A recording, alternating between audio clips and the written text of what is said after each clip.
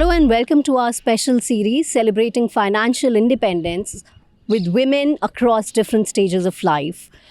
Today, I have with me three women who have completed long journeys, professional journeys, and they continue to redefine purpose even after retirement. I have with me Neeta Prasad ji. She's a retired civil servant. Right now, she's senior advisor research to the I&B Ministry. I also have with me PhD scholar and educator Snehlata ji. And we have Namita ji with us, Namita Jain. She has dedicated over 30 years of her life. She's been a management professional. May I invite each one of you to join this conversation and introduce yourself briefly, your professional journeys and what life looks like to you today. If we can start with you, Namita ma'am. I worked with the Tata Administrative Service for about for a certain period of time, after which I worked in the retail sector and worked with venture funders looking at evaluating projects in which to invest in India. So as part of the Tata Administrative Service, I worked with the Taj Group, with the projects office, which was evaluating new ventures. There was a lot of emphasis on understanding cash flows and figuring out capital and depreciation and all of that. And then I set up a skilling venture, which I ran for about 10 years, where the idea was to skill young people for the retail sector and then help them get jobs. So that's been my journey over these years. I'm from the Indian Information Service. I joined the service in '91. This is one of the allied services of the government that handles information and information dissemination for the government. So I've worked in this service for around 30 years in different media units like the Press Information Bureau, Publications Division, Doordarshan. I've also worked on deputation with UPSC, and I was Joint Secretary in the Ministry of Education, Higher Education, where I handled international cooperation. And I retired as Director General from PIB. Okay. And currently I've joined this research wing of PIB, which was recently set up. I'm looking after the content. I'm heading this unit. I worked for nearly 3 decades in education. It was by chance that I came into education. I spent much of my early youth trying to find meaning and purpose. But one day I found myself teaching, and I discovered that that's what I wanted to do with the rest of my life, and that was going to be my chosen career. So I worked in private schools, then I joined the Delhi government Department of Education, first as a teacher. I finally retired as vice principal of a government school, a girls' school. And that's been my journey. And in between, I took a little time off to research more on education. So I joined CIE as a PhD scholar. Many decades ago, I had tried to be a PhD scholar at Jawaharlal Nehru University, but then that journey had to be aborted. And I came back. So I'm very pleased to be able to say that in the decade that the 50s of my life, I did my PhD.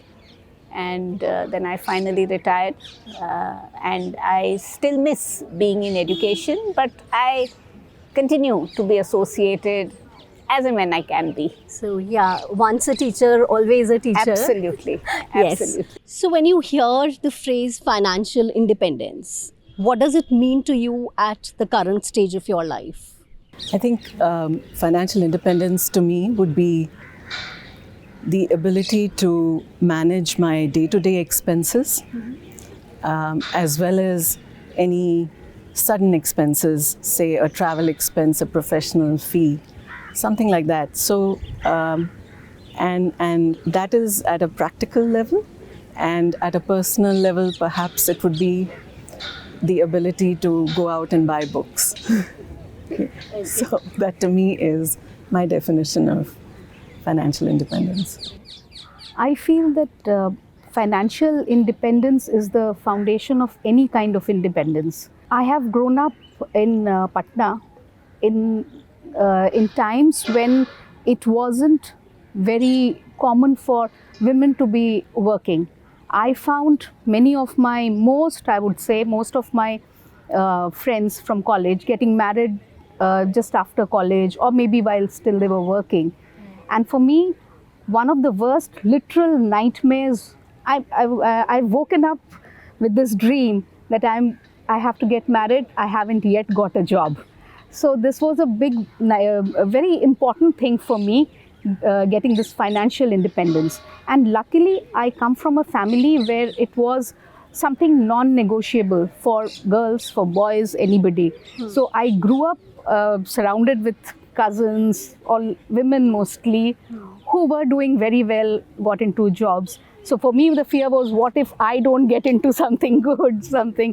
So it's been very important for me. And I feel that financial independence is not just about having the money.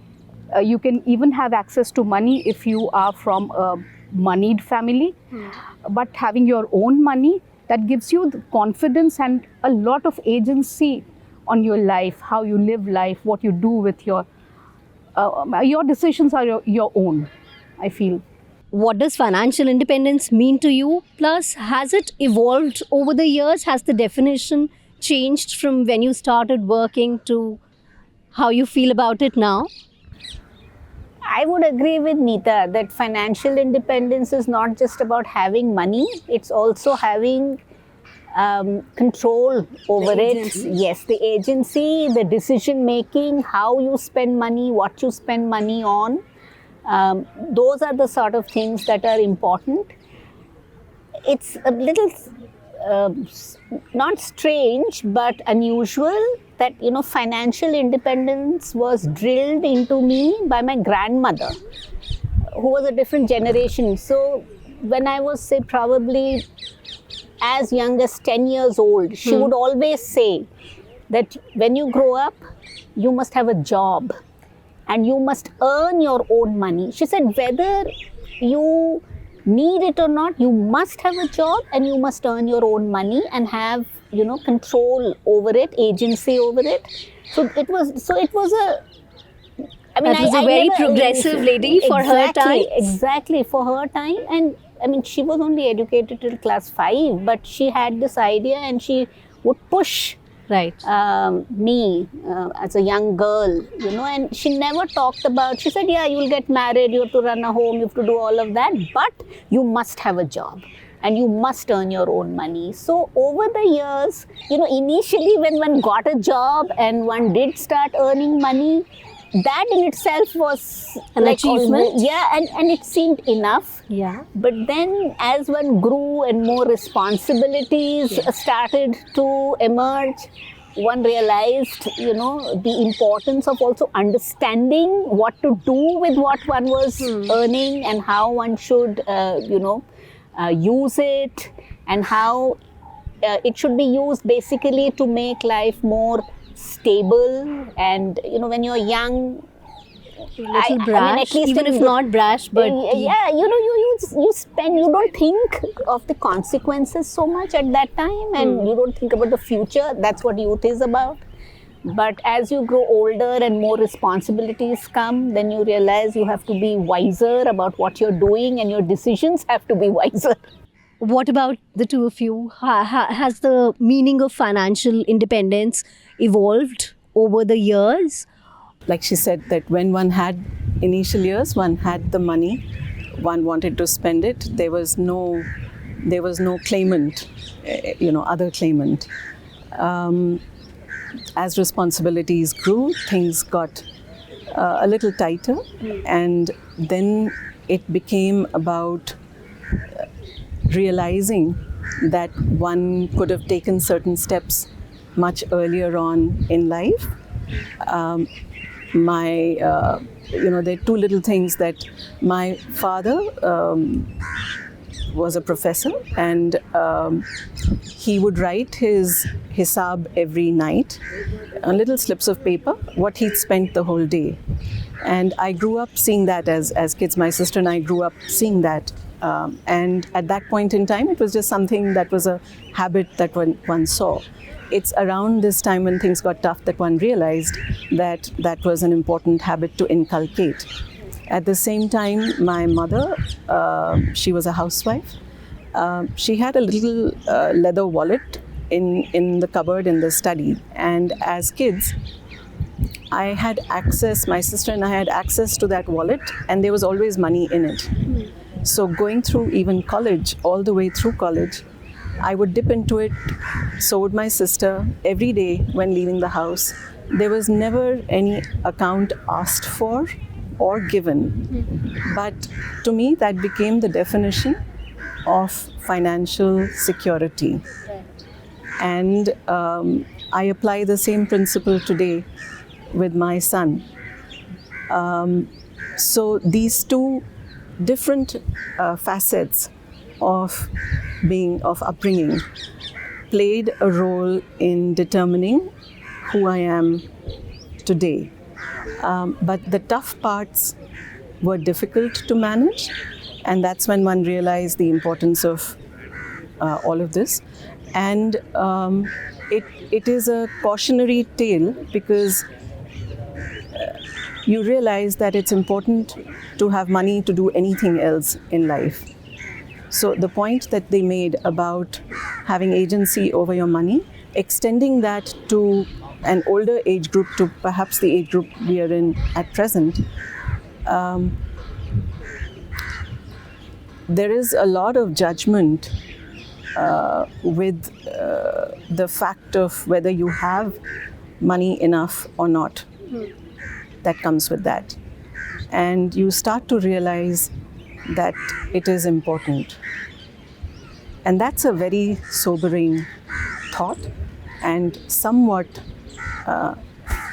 not as comfortable, because it should be about more than that, but it isn't. So, ma'am, did you ever face a point in your life where money was uncertain? I would say, like the initial phase of our life, government was a very small paymaster in those days. I mean, it's they've been pay revisions and it's become decent now. So in the very beginning, we had more responsibilities, a larger family we had between me and my husband. So initially, yes, we had a lot of crunch, and I identify with that hisab rakhna. My husband used to do it because we had so little that it was necessary for us to maintain that account, to see how to prioritize that money. Gradually, things became better, but again, we had aging parents both with us, and there was a lot of medical issues at home. So naturally there were constraints, monetary constraints, but even there, having one's own money, one has a very, my husband is very supportive, but I was so confident of organizing treatments for my family, my parents, as much as for his parents, right, because I was also contributing to that joint fund. So this can come only when you have that kind of financial independence. I completely agree with that. You worked for 30 years. That's a long, long time. When did that confidence to handle money really come in? Was it always there, or gradually you acquired? There was a certain stage when you thought, now I'm good and I can take care of this. I know how to do things right. Basics were there. So I left home when I was 18. I went to college and I was in the hostel. So I used to receive a monthly amount from my parents to pay the hostel mess bill, and then a little bit left over. for my personal expenses at that time. And so I lived and studied in hostels for 5 years till I was about 20, in my early 20s. So my parents were both salaried professionals. My father was an engineer in a PSU.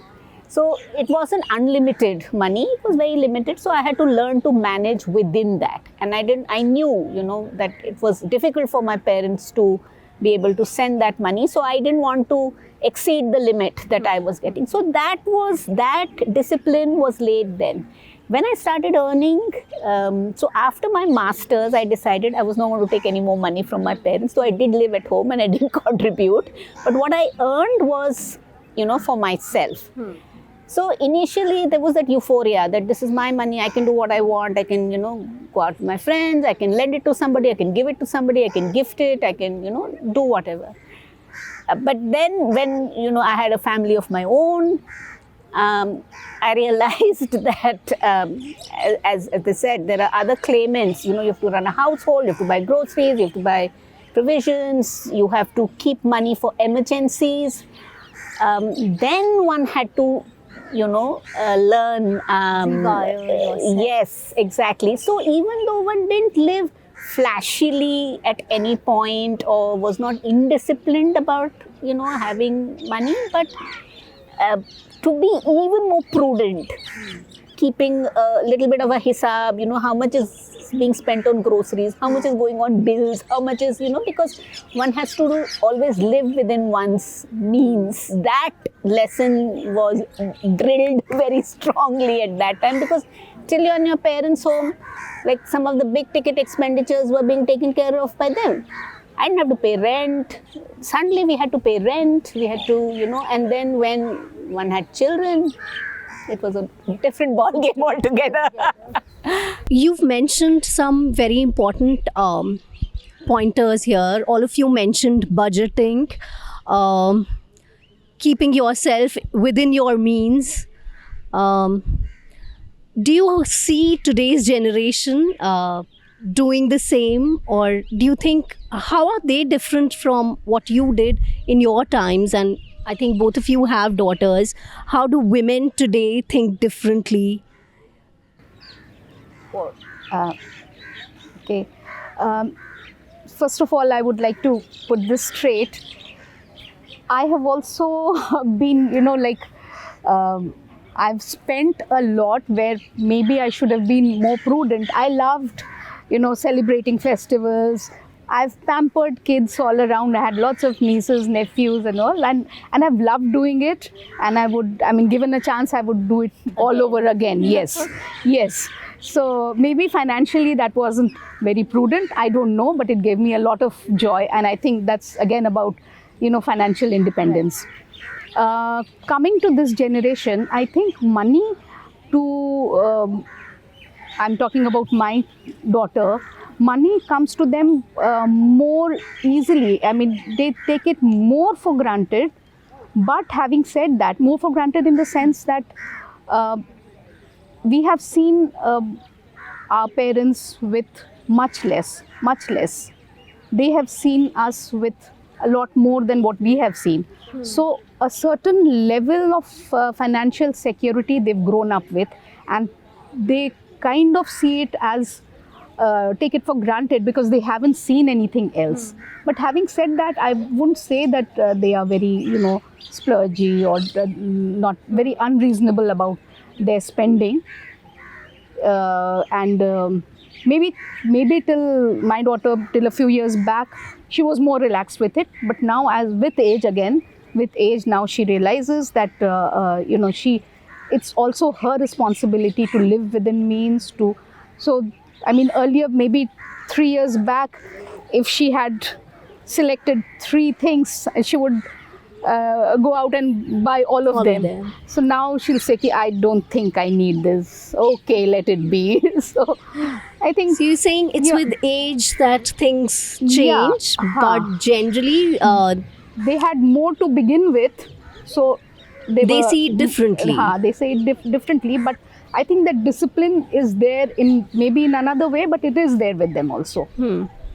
slight difference there. I think my daughter, at the age that she is now, is a lot more prudent than I was at her age. I don't know how it has happened, but she is extremely careful. I mean, when she finished school and went to college, again, she was given a certain amount of money to manage for the month, and even within that, she would save. And the first time she tried to return it, like it was for her travel, and she tried to return it, and I said, no, it's been given. And she said, I can keep it? And I said, yes, you can keep it.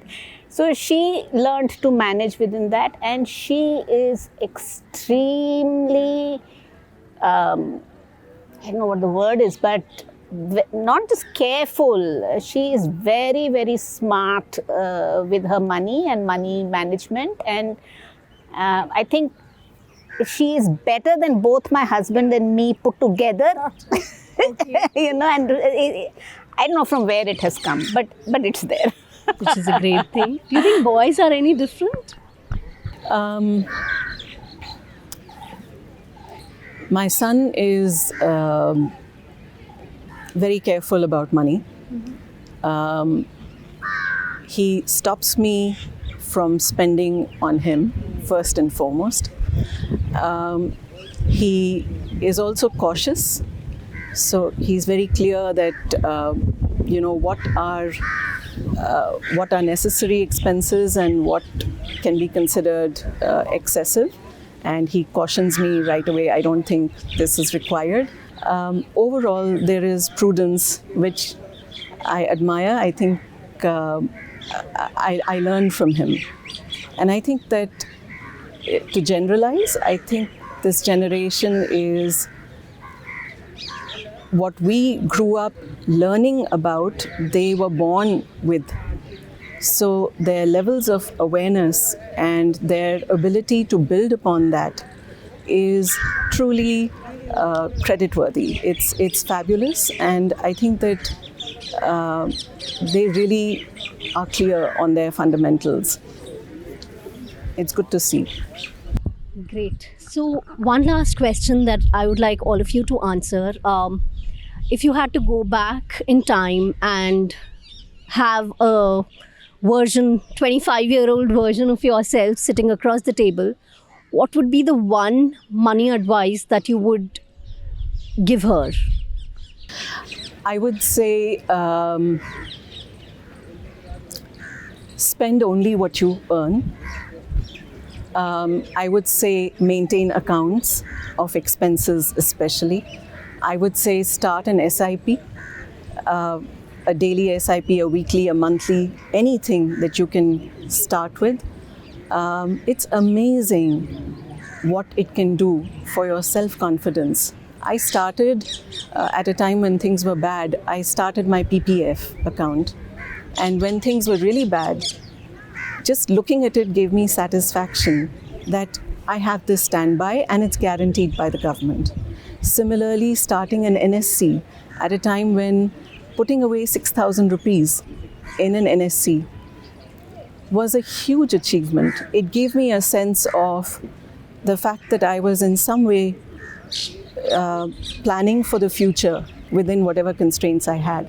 My starting salary was maybe 6,000 rupees a month 35 years ago, and I tried to make ends meet within that, everything. I didn't want to ask for money after that, and I don't think I did. But so I would say living within your means would be,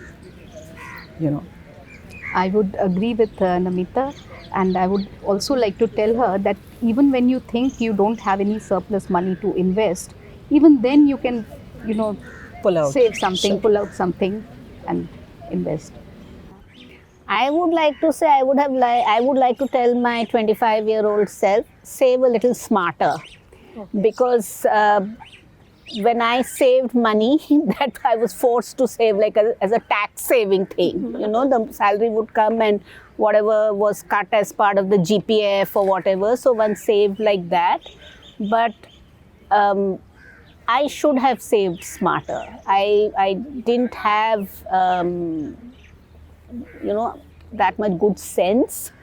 I did save, but again, as I said, whatever I was forced to save at that time, I didn't save smart. So I see my daughter, and she really saves smart, and she makes money work for her. You know, what she has. We may not have a lot, but whatever you have, I mean, this is something I learned maybe as recently as like 10 years ago, that, you know, make your money work for you.